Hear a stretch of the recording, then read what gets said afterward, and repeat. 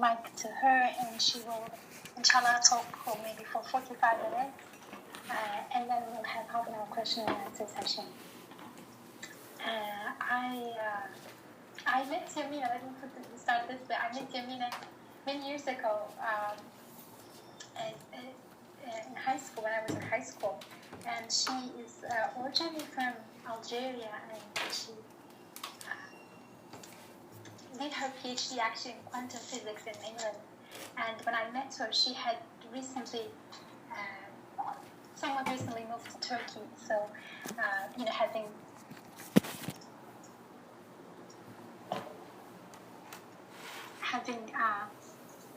been brought up in Algeria and then studied in England, and then her life journey took her to Turkey, where we met first time. And then I studied with her. Her halakas has been extremely spiritually uplifting for me over the years. And Yamina then also did some halakas in Syria, and now she has been living in the US. She had taught Islamic studies and Arabic language in different colleges in the US.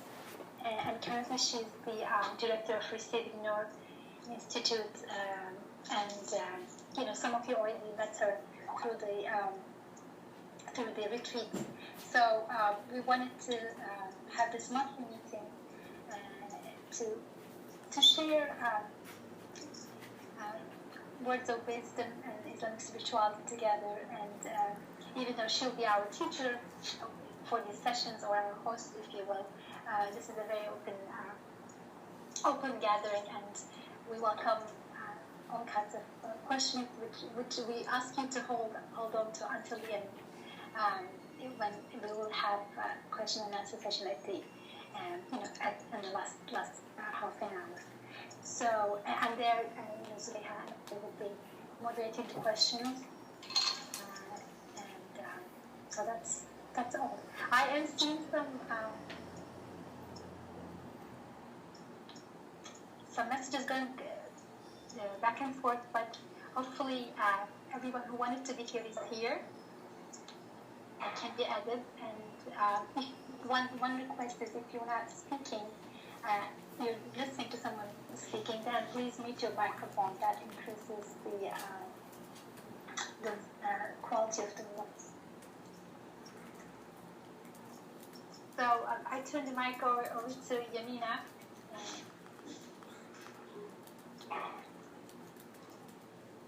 Thank you, Isra.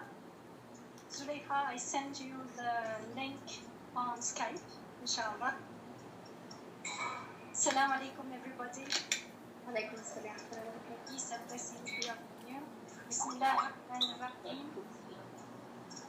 Ar-Rahman علم القرآن خلق الإنسان علمه البيان فنحمده ونصلي على نبيه محمد الذي أرسله رحمة للعالمين وجعل معجزته الكبرى الجامعة برموزها وآياتها وإشاراتها بحقائق كائنات باقية على مر الدهر إلى يوم الدين وعلى آله عامة وأصحابه كافة.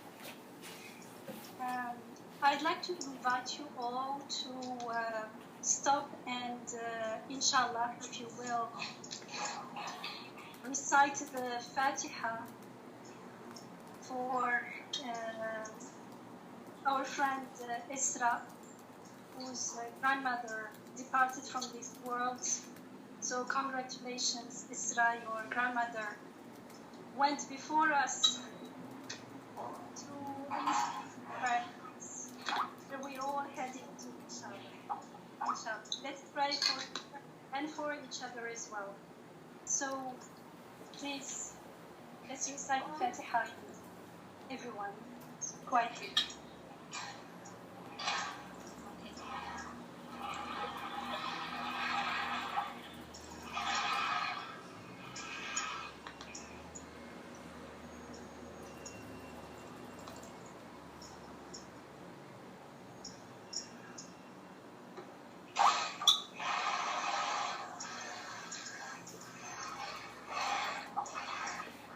Just spread that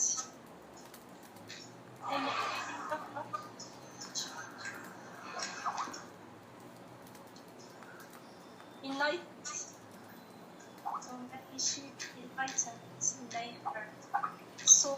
excited as well. I just wanted to request one more time that we will mute our microphones when we're listening. That really cuts off the background noises.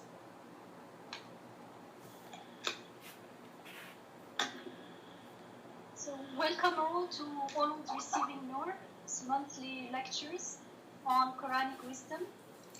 May we all be always open to receiving the light of divine guidance, inshallah. May it enlighten our hearts and transform our lives, bi'idhnillah. Our subject today is Tawheed, or rather an introduction to Tawheed, the affirmation of divine unity.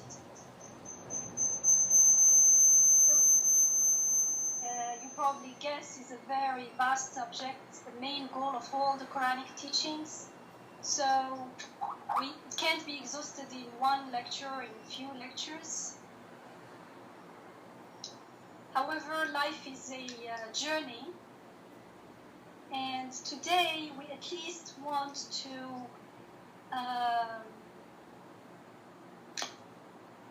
know where we're going, what is our destination. And so we'll talk about what Tawheed is and why it is so important and how it is relevant to us here and now. So I'll ask you a question. You don't have to answer, but I invite you to actually ponder and reflect on the answer. So you evaluate yourself. We're not listening anymore. Is it enough to affirm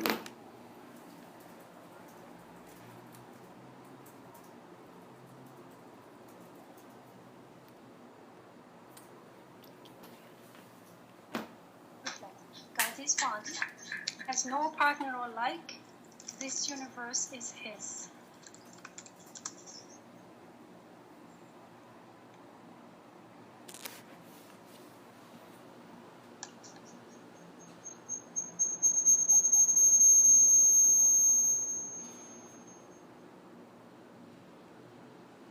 Does it feel complete?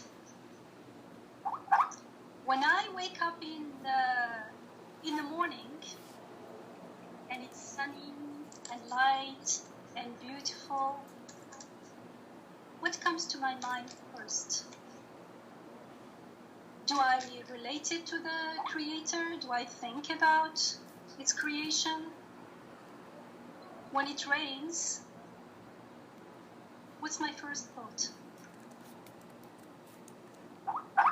When eating something delicious, do I think, I love this food, it's so delicious?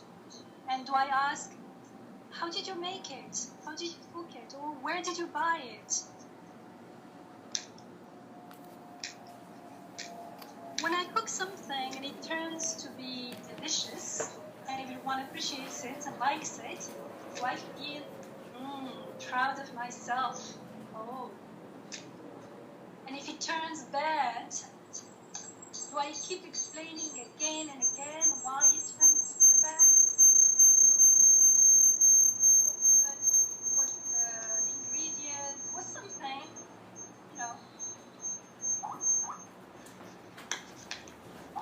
as though it doesn't fit me. It doesn't fit me that, when it's nice, it's me, but when it's not, it can't be from me. When I write, many of us write all the time. When I write an article and I get appreciation, how do I feel? Do I feel proud or do I feel grateful? What comes first? If you want to check it, when the article is not so good, or someone comes and criticizes it, how do I feel? Do I feel bad? When something unwanted happens in my life, anything, what's my first reaction? Objection? Rejection? Or surrender? Acceptance? And everyone is going to answer these questions for themselves. There is a surah in the Quran, a chapter of the Quran, chapter 23, that's called Al-Mu'minun. And in this surah, I will start from verse 84. So, chapter 23, verse 84 and onwards, it says, "Say, unto whom belongs the earth and all that lives thereon? Tell me this, if you happen to know the answer." And they reply, "Allah." Say, "When you count them, bethink yourselves." Say, "In the sustains the seven heavens, is enthroned the awesome Almighty." And they will reply, "All this power belongs to God." Say, "Will you not then remain conscious of Him? And who has great mighty dominion of all things, and His strength, and by the protection of nature? Tell me that you have an answer." And they will reply, "All this power belongs to God." How glad Nay, we have conveyed unto them the truth, and yet behold, they are indeed unliable. Or they are again behold. I intend to lie to whom? To themselves. Isn't that interesting? Isn't that interesting that the Quran is addressing people who say that the earth and all that is in it belongs to God? That God is the one who sustains the seven heavens and He has power over all things. And it says to them, "Why then are you not listening?" So it means I can know that everything belongs to God, that He has power over everything, still, and I may still not remain conscious of it. And when it talks about the Malakut, dominion over all things, like not only what we see, but even what we don't see, and who protects us, and against whom there is no protection, who is the only protection, the only protector, they say God. And it says, how then can you still be so deluded? And at the end it says, behold, they are liars. They're lying to themselves. They know all this, however, to know does not mean that it is what I live with. So, Tawheed has layers and degrees. Not only there is a Tawheed, a unity of uluhiyah, of divinity of Godhead, saying there is one God, one. There is also a Tawheed, a unity of rububiyyah, which is in all activities, all creative activities are also pointing to one source. They are all from one.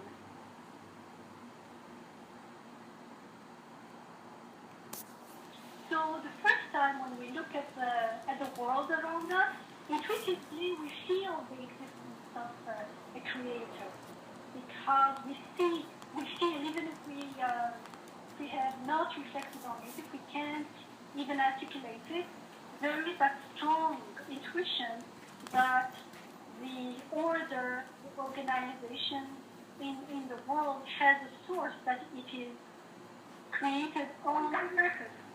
There is an owner that regulates it. This intuition, however, is only the first step towards Tawheed. It's like we are at the threshold now. And the door is still not open. In order to open the door, we have to knock the door of Quran, of the Quran, to be students, to learn from the teachings of the Quran, how to move onward. And when we intend to learn from the Quran, then the door opens up and the journey starts. The journey towards Tawheed, towards affirming the unity of God. Often, however, we think that this intuition, that there must be a creator, we take it for belief, and so we don't feel the need to learn more. So just because I do not deny God, it does not mean that I believe in Him. It does not mean, believing in Him does not mean that there must be a creator. Believing in Him, as the Quran teaches us, is to know Him with His name and attributes. And it is supported by the testimony of His signs, of His ayat, in the whole world, in the whole universe, in creation. And so when I know Him with His beautiful name and attributes, supported by the testimony of His ayat in creation, then only I can trust Him alone. And then only my gratitude for the beautiful morning, the sunny, beautiful morning, for the delicious food, where I cook it or someone else, that gratitude will be to Him alone. Because unless we know God with all His names, how can we trust Him? How can we surrender to His will? To make Islam is to surrender, to make peace. How can I worship Him in the sense that I live in His presence? So remember, God is one. He has no partner or like. This universe is His. The first time I read this, it sounded complete to me. But now I realize how incomplete it is. It looks like an affirmation, but it's a very rudimentary affirmation. It's really saying that no one apart from God could have created the universe. It doesn't tell me who God really is. Like God is like the highest power. Nothing except Him has created this huge universe. But I still don't know who God is. So it's a kind of first step tawhid or superficial tawhid. It looks like a unity. However, I still don't know who God is. God could be anything. And if you look at the Islamic tradition alone, in Islamic philosophy, God was described as a metaphysical principle. Imagine God being a principle. That's certainly not the God of the Quran. Some described Him as the first cause, as the prime mover. He's the one who started the creation. So only the start owes its existence to God, and afterwards, like He established the system, and it's going on forever. If it's going on its own, if the universe is functioning mechanically, then how do I even know that it was created? Dışarıdan falan ses gidiyormuş da. 2 kişi. Ya sen, Ayşe Sıkı 1-2-3 sen misin? In order to understand the situation, I would refer to a kind of example, let's say, or like a parable. And this is the man Said Nursi gives this example, and I like it because it's very simple. Parables, that's the power of parables. You can explain very deep matters with a simple example. Of course, the example is not exactly the matter, it just points to it. It's a sign to the situation. It invites us to reflect on the situation. It gives us a perspective of what's going on, or an idea of what's going on. So this parable says, so he says that there is this rich man who has a big order, lots of goods, and they arrive in the town, in the market. And so everyone in town knows that all these goods, like these piles and piles of goods, must be the goods of the rich man. Why? Because no one in town could afford this many goods. However, he says, what if someone comes, a thief comes and takes just a small part of the pie, takes one by one. So if everyone in town comes by and steals few items, one item, two items, there is no way to tell. If they say, no, this is mine, there is no way to know that it's not theirs. Because the only criteria I had that told me that the goods belong to the rich man was the amount, the huge, big amount of goods. So if someone comes and steals few of them, they can claim that it's theirs. I wouldn't be able to verify it because in my eyes they can own something small.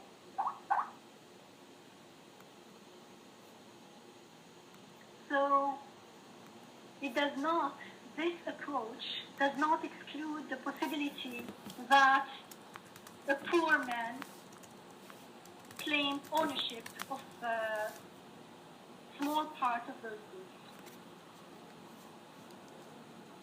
And that's exactly what God is one. He has no partner or like. This universe is his. It means no one else can own this whole universe. Okay, that's okay. What about the small part? What about the fruit I eat? What about the rain? What about the cup of water, the glass of water? What about the air I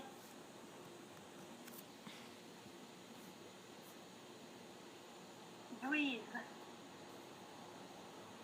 Those ones, I cannot object to them if I follow this approach, because I have no clue that the small parts still belong to the rich man.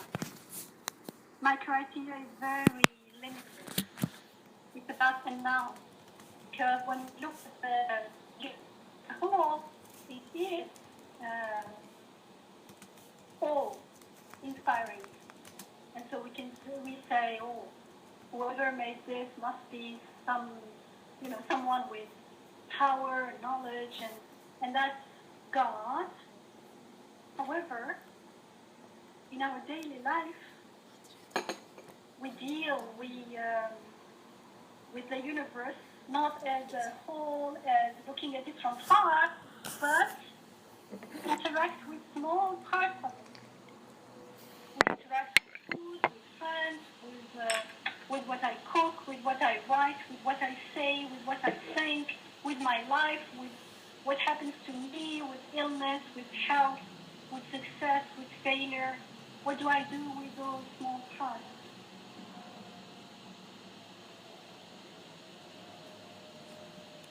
So he says, in the same way,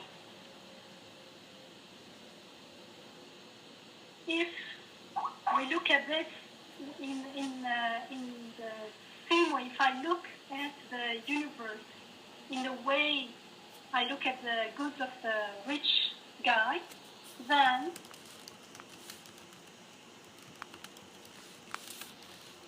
I will be distributing, or if there will be lots of thieves around, then I won't have anything to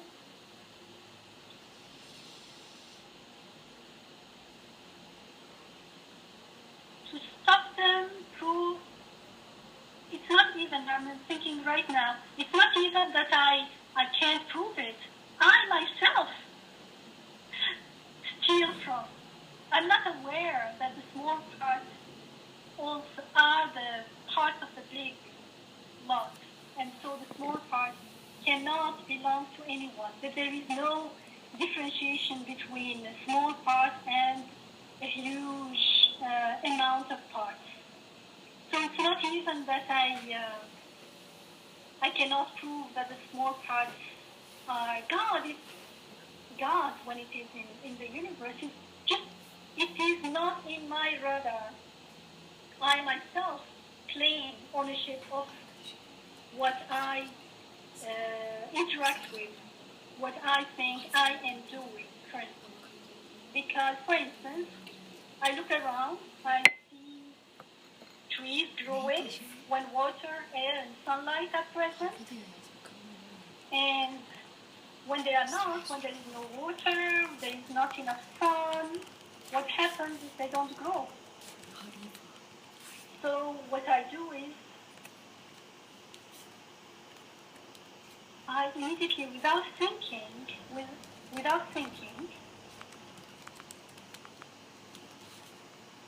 I attribute some power to water and to sunlight. It never even occurs to me to ask whether they really have anything to do with the growth of the tree or not. I mean, they are related, but they are related in the sense that they are part of the growth. Are they the source of growth? Can they give life to the tree, for instance, in this example, when they themselves are lifeless? I mean, water is seen like a source of life. It looks like a source of life because truly, when water is not there, everything dies. However, Quran says we give life with the water. And an example that I really like is the light. I mean, if I take the bulb off, there will be no light in this room. Does this mean that the bulb is the source of light? If I don't turn the switch on, will there be light in this room? No. Does it mean that the switch is the source of light in this room? No. It just means that they are part of the system to bring light into this room. However, the system is not only in this room, but the most important part is actually outside this room. And so is it for the tree. If I see lifeless water, light is given through lifeless water, at least I should stop and think about it. But the issue or the problem with superficial tawhid is not that it claims that yes, water is the source of life. It just takes it for granted without questioning. It is as though water is the source of life. And we never stop and question, can it really give life when it itself does not have life? Because the moment we ask questions, it gets clearer. And that's what the Quran asks us, teaches us to do, to ask questions. But to ask the question needs that being conscious. Otherwise, I wouldn't even stop and ask questions. So that's what the Quran in Surah Al-Mu'minun is saying, that they say that everything belongs to God. He has power over everything. He is the only one who protects everything. And a quote of everything belongs to Him. Still, it says at the end, why are you still not conscious of Him? Why are you still deluded you are lying. Because you lie, you deluding yourself. Just saying it belongs to him and acting as though it belongs to something else is the lying, is the delusion.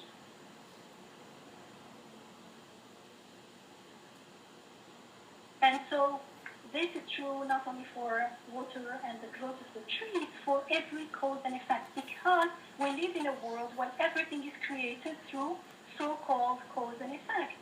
Things are created together. But we forget that they're created together, or we don't look at creation that way. And so it looks like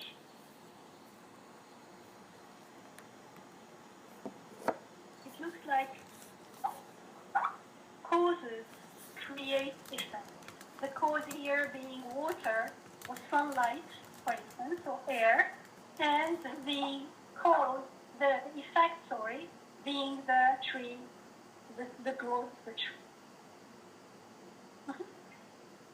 However, is there anything that does not come in existence through a cause and effect?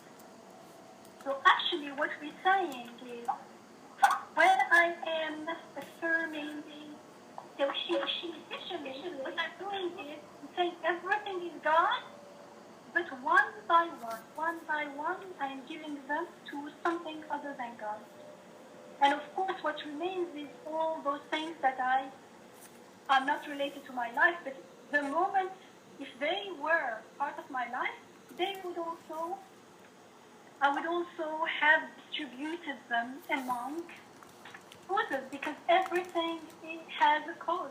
So apparently everything comes into existence with something else, or through something else. However, the so-called cause is always like water. Has no light, it is like an egg. A bird comes from an egg. The egg itself doesn't have light, doesn't have anything that the bird has.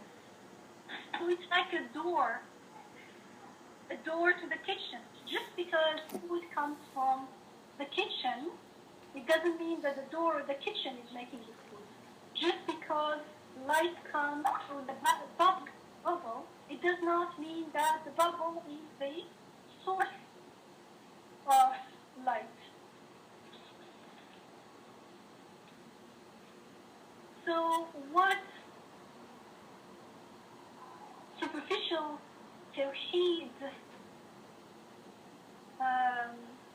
opens the door to the possibility of what is called shirk. And shirk is usually translated as associating partners to God, or associating power or any attribute, like to water, knowledge, giving life, to anything other than God.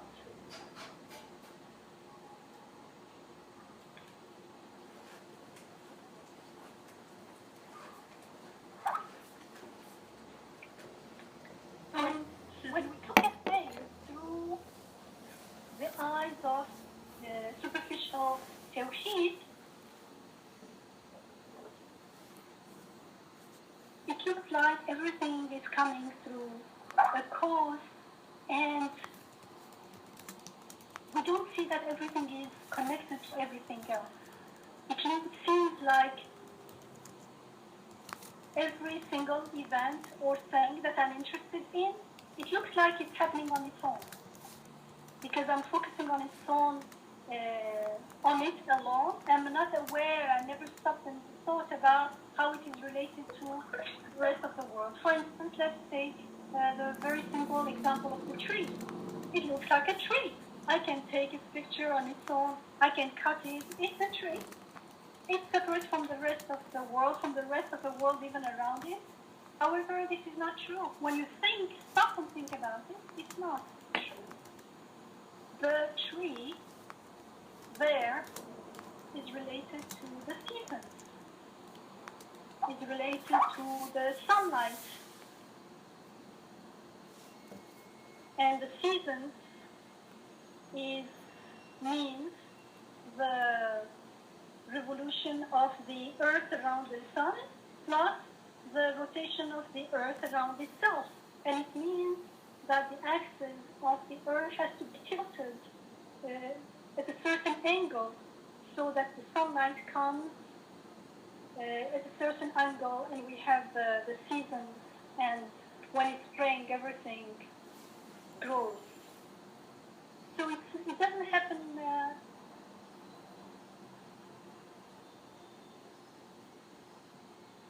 independently of the rest of the world. Without also, I can think of also that this tree, it grows in the same way as all the same kinds of trees all over the world. It is related to them all. They all grow at the same time, in the same manner, in the same way. The same water that I drink, the same water that any living being drinks, is the same water that enters the tree and acts in it. So it looks like, or it seems like it's growing on its own, but actually it is related to everything in the world.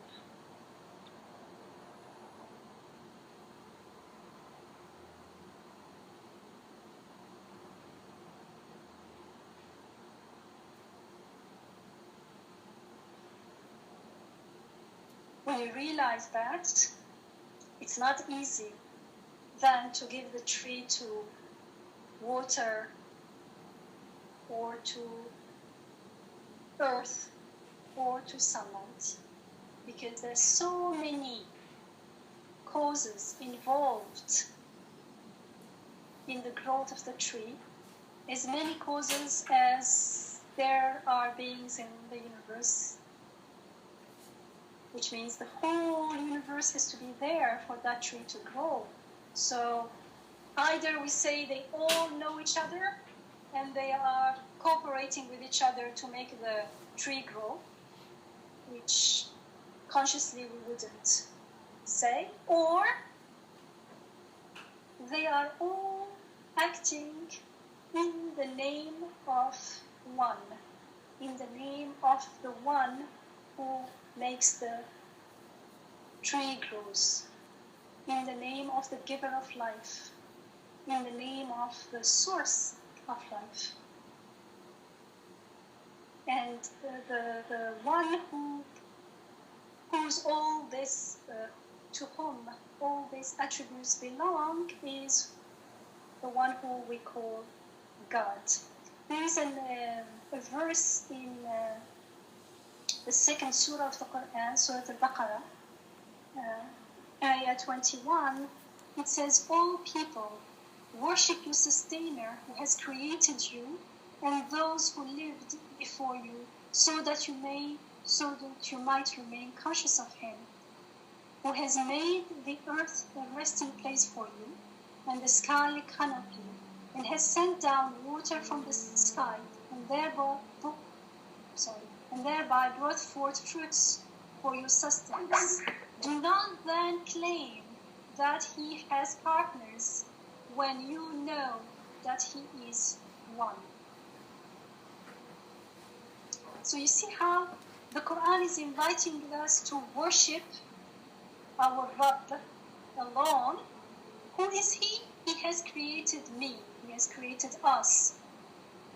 Not only me, but all those who were before me. So my parents did not create me. He created me and he created them just as he created me.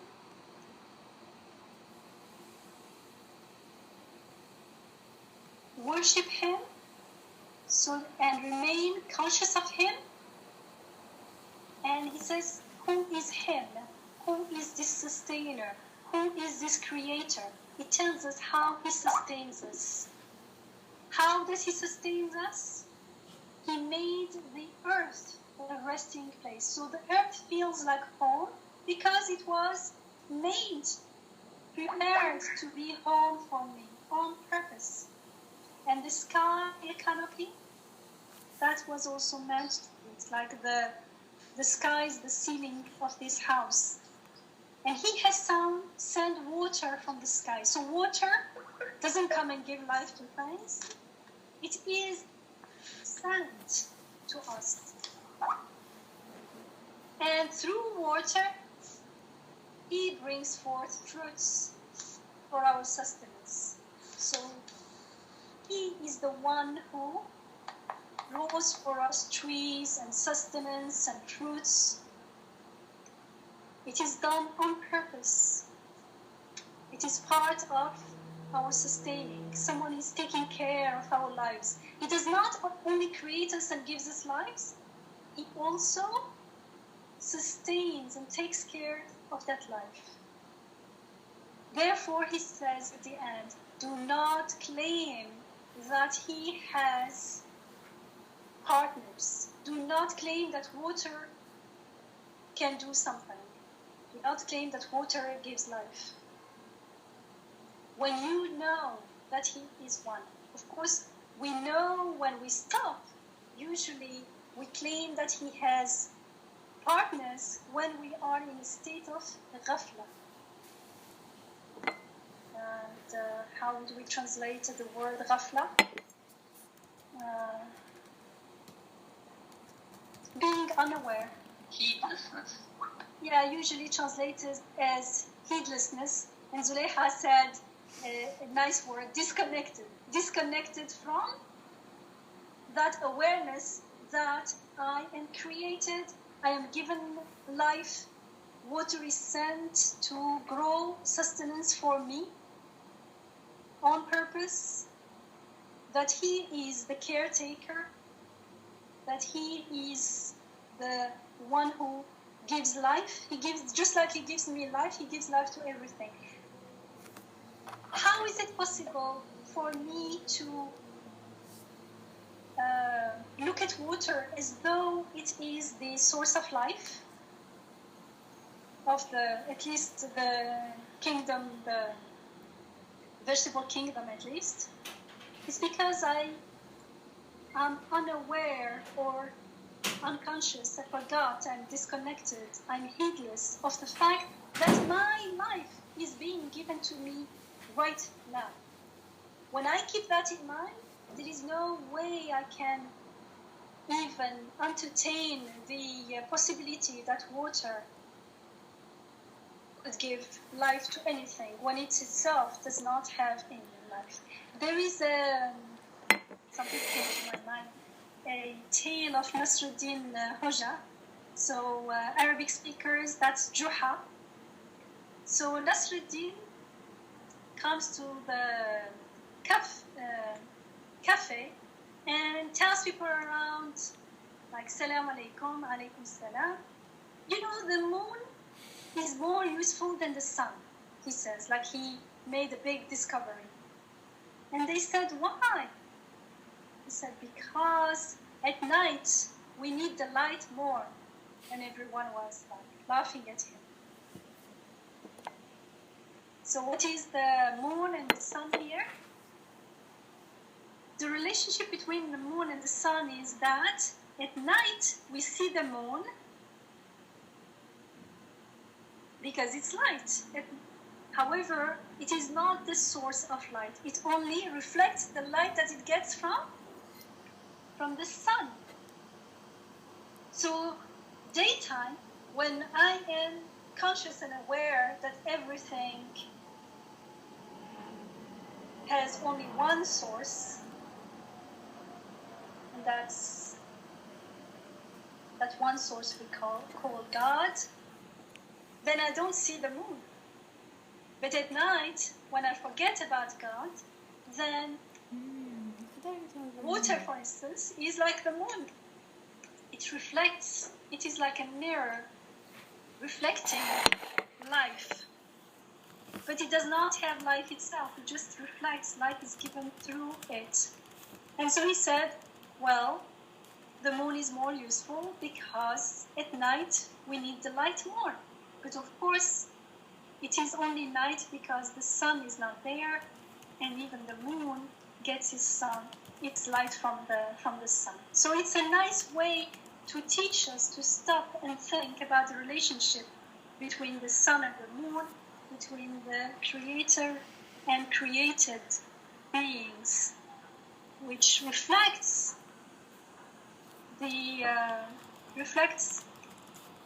some qualities, but those qualities, when we think about them, they do not belong to them. They are only mirroring those qualities. It is clear when you question that those qualities do not belong to things, beings themselves. So when we say there is no deity but God, La ilaha illallah, we also mean there is no giver of life but God. It also means there is no compassionate but God. Yes, my friends may be compassionate, they may help me. They are like the Lord. They are reflecting the compassion of their creator.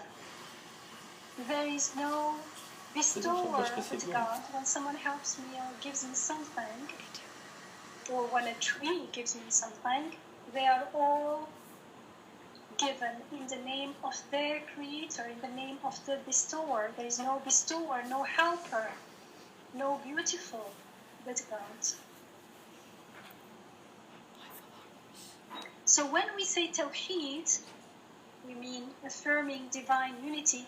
Tawheed is a word in Arabic, comes from the verb wahada, which is the second form, the fa'ala form of the root wahada. And the Tawheed is the masdar of wahada, like درس تدريس وحد توحيد. And it means an ing, unifying, making one. It's a process. It doesn't happen in one day. It's a process of whatever we see, realizing that it points to one.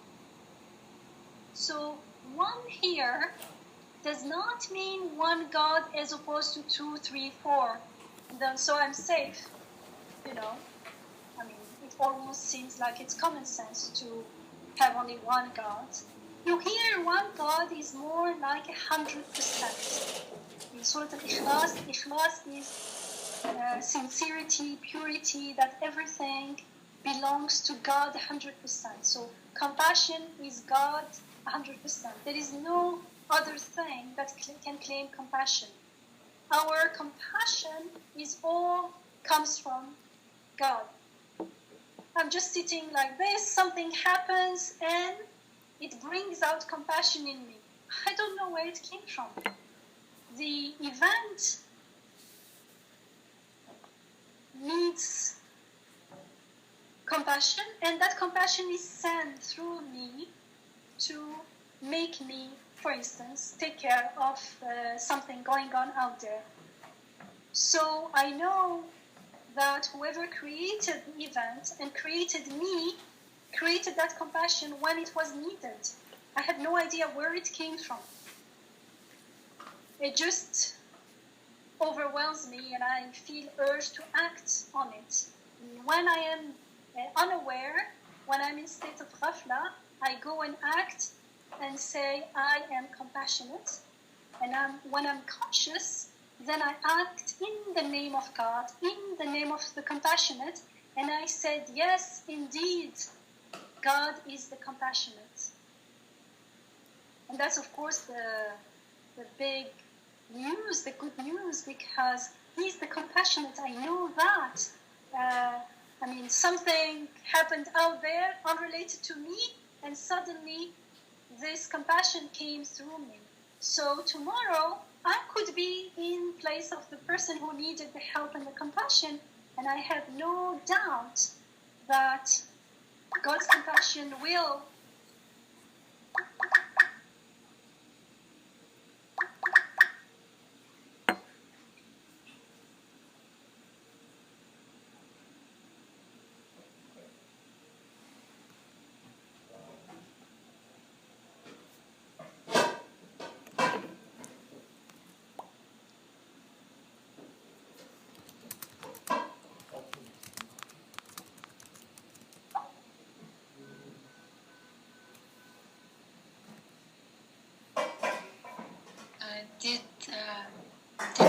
Yamina drop from the call? I think so. I think somebody called her and then... Oh, she's back. Okay. And by the way, dear Yamina, the time is up. Would you like to pause here or 10 minutes before, because I wanted to talk more about the difference, and also especially about why Tawheed is important. Especially in comparison to shirk. So I don't know where it was cut off. The connection was, because I stopped and I don't know. The good news that there is one source of wisdom and compassion. That's the real Tawheed.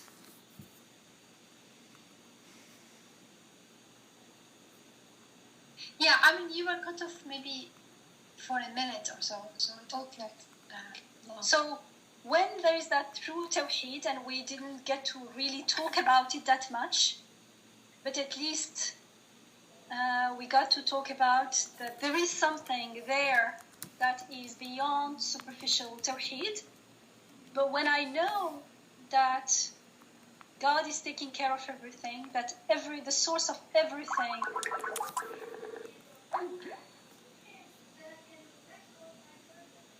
God, I can surrender to Him. When I cook delicious food, I know that it is His blessing, not me doing something. And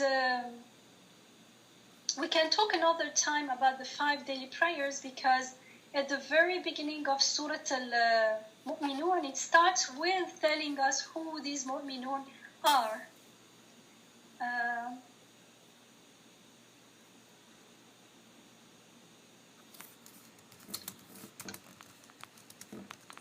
When it comes to shirk, it does not have to be intentional. The Quran keeps warning us against this, because no one says, I'm going to do shirk now. However, if someone is drunk and goes and drive, he takes responsibility for whatever happens afterwards. So if I am live my life in a state of ghafla, then I take responsibility for the possibility of shirk. And shirk, the Quran says, generate injustice and suffering. And maybe we can talk about it another time, but it says, do not ascribe